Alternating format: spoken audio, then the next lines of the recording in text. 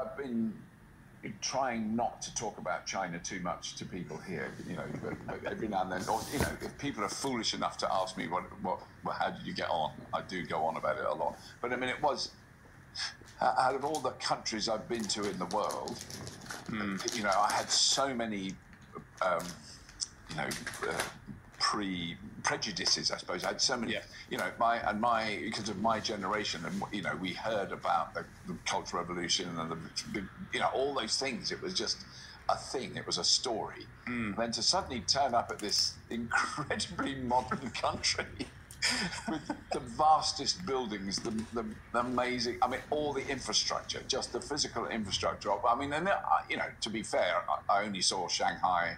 And where was the other time we went to on the train? Was that Hangzhou or? Yeah, Hangzhou. Yeah. Hangzhou.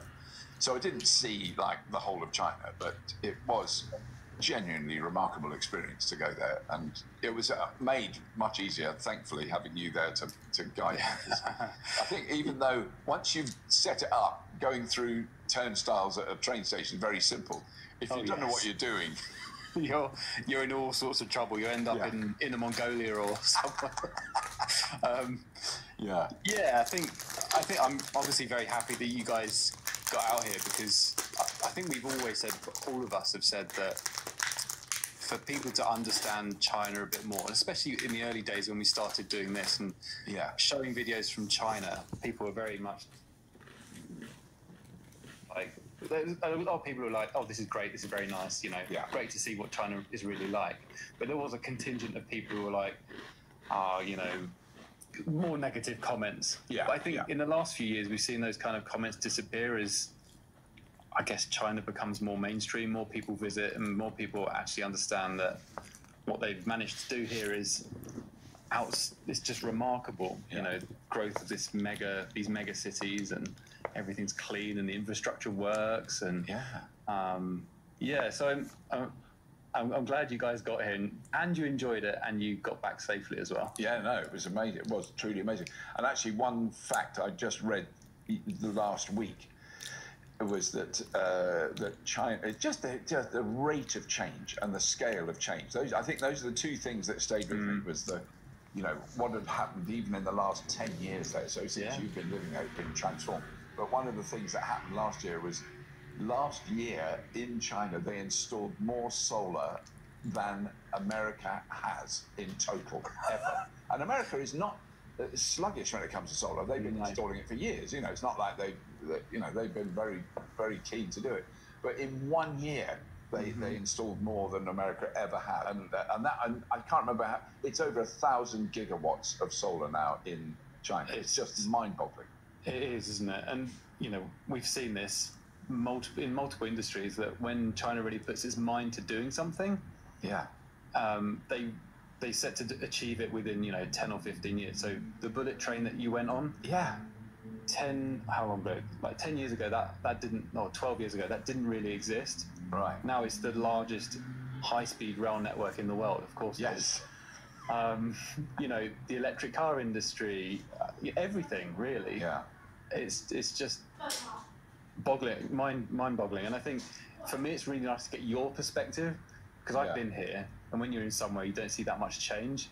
But then you get people who come here and they say, "Oh wow, okay, this is changed because of this," and so it's really great to get outsiders' perspective into China. So I think one of the things that has stayed with me, a memory that has very clearly stayed with me, is Chinese guys about my age, so the older generation, who generally seem to have a cigarette hanging from their mouth. Yes. On the kind of battered old tricycles that would clearly have had a two-stroke engine on, but they've been converted to electric. But they're still the noisiest electric vehicles on the roads there, because they're kind of clanking and grinding, and there's old chains rattling around them, and they've usually got a load of old metal, you know, that's right, scrap metal on the back. But I love that. So they're wearing what I would consider were sort of Chairman Mao era suits. Yes. And they've got the cap on, and they've got a cigarette. But they've still got an electric vehicle. Still, that really took them out. I saw quite a few of them, and I went, "Look at you, old dude, fantastic! You've still got the cigarette going." I mean, it's funny, they're moving with the time in one area of their life, right, with their transport, but in other areas they're still sticking to what they know, right? Yes, yeah. No, that was extraordinary. But yeah, the train, I think the train stuck with me. The scooters, you know, walking down a busy central in a massive city, down a really busy central street with loads of traffic and loads of scooters, and you can hear bird song and people's footsteps.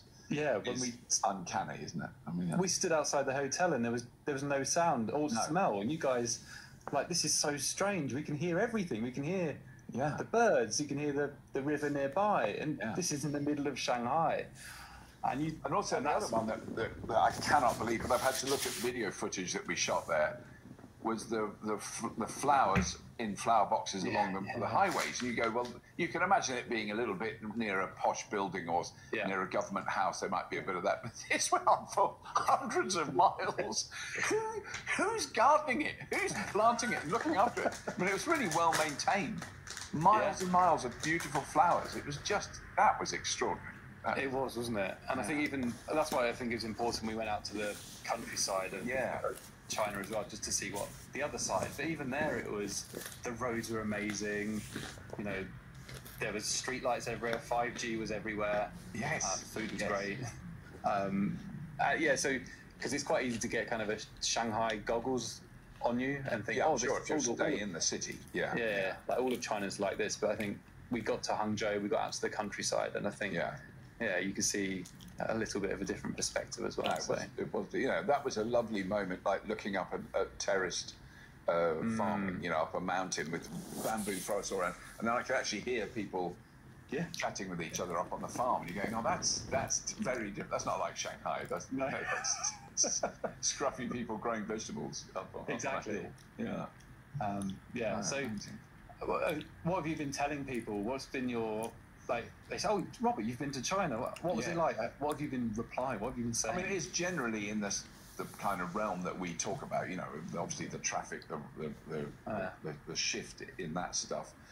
I mean, I did talk about CATL, which we must talk about. You know, amazing going to see them and their next generation of batteries, and the fact that they must have made their announcement about the $10 battery. They must have known about that when we saw them, because they didn't mention it then. No, they didn't. Because that's quite a big thing. But anyway, we can talk about that in a minute. But, you know, I mean, I think the general attitude I've got from, and this is just a random selection of people that I've met since I've been back, it's quite a positive response to that. They're quite pleased to hear that. And I think what's shifted globally in the consciousness of the world's population outside of the USA is that the USA was deemed certainly by European countries, particularly by the UK, as a friendly ally, supportive country that would stand up for us against, you know, friend or foe. That is so changed, and it's been a real trauma, particularly in Europe, I think. You know, Europe has depended on the USA since World War II, and suddenly China looks kind of attractive. Yes. They're very stable. You know, they don't go crazy. They've not invaded hundreds of other countries in the last 100 years. I mean, that may change. I'm not saying that, but, you know, as a general rule, you look at China and go, well, they're not, you know, they're making really good cars and nice. They've got really good trains. Huge progress with solar and you know, wind and everything, right? So, it's a complicated political shift that we're going through. Very much so. You know, but anyway, I mean, I would say it was a generally positive experience for me, and quite an interestingly positive response from people I've spoken to. I'm actually going to an afternoon at home, as it's called amongst more posher members of society, in a couple of weeks' time, and I'm really intrigued to meet them, because they are sort of very traditional conservative people, in a small C conservative in a good way, but very traditional. And I'm intrigued to know, and also two of them are ex-military, so I'm wondering. I do want to ask them about it, because, you know, that'd be interesting. It might have a different perspective. I don't know. Yeah, very much so. But there's a lot of things can we start with CATL, because that was a remarkable visit, and what I think there was nothing we could have done about it. What caught people's imagination was us driving around in a ridiculous skateboard chassis. The skateboard chassis, which was great, but in a sense, you know, what they're actually doing there is remarkable. As in, I mean, you've presumably heard the news about the $10 battery, the sodium battery. Yeah. It's funny, isn't it? Because you don't think. I mean, a battery company doesn't sound very interesting, right? No. You're like, oh, batteries, like, oh, okay, fine. You know, they do one thing. Yeah. But what CATL are doing is so many things in so many different areas. So building their own skateboard chassis, for example, is insane. So they're almost becoming their own kind of manufacturer. Then they've got these wild breakthroughs with batteries. So I remember a few months ago we saw I'm going to get all my facts mixed up, but you remember seeing at the CATL stand they had the 24-volt battery for trucks, instead of using the old lead-acid battery for trucks, which lasted a huge amount of time longer, etc., etc.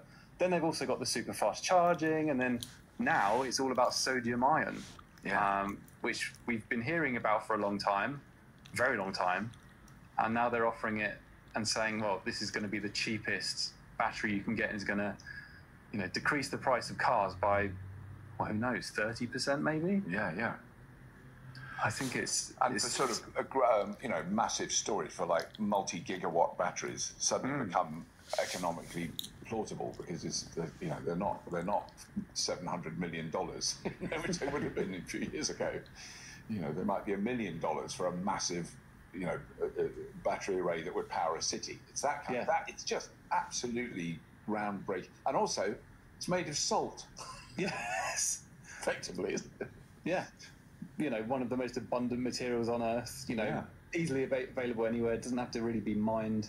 Yes, like some of the other materials. So, yeah, I think and I think what the whole company are doing is that it's very engineering focused, but for the good of everyone. Obviously, they want to make money, but I think I just love CATL.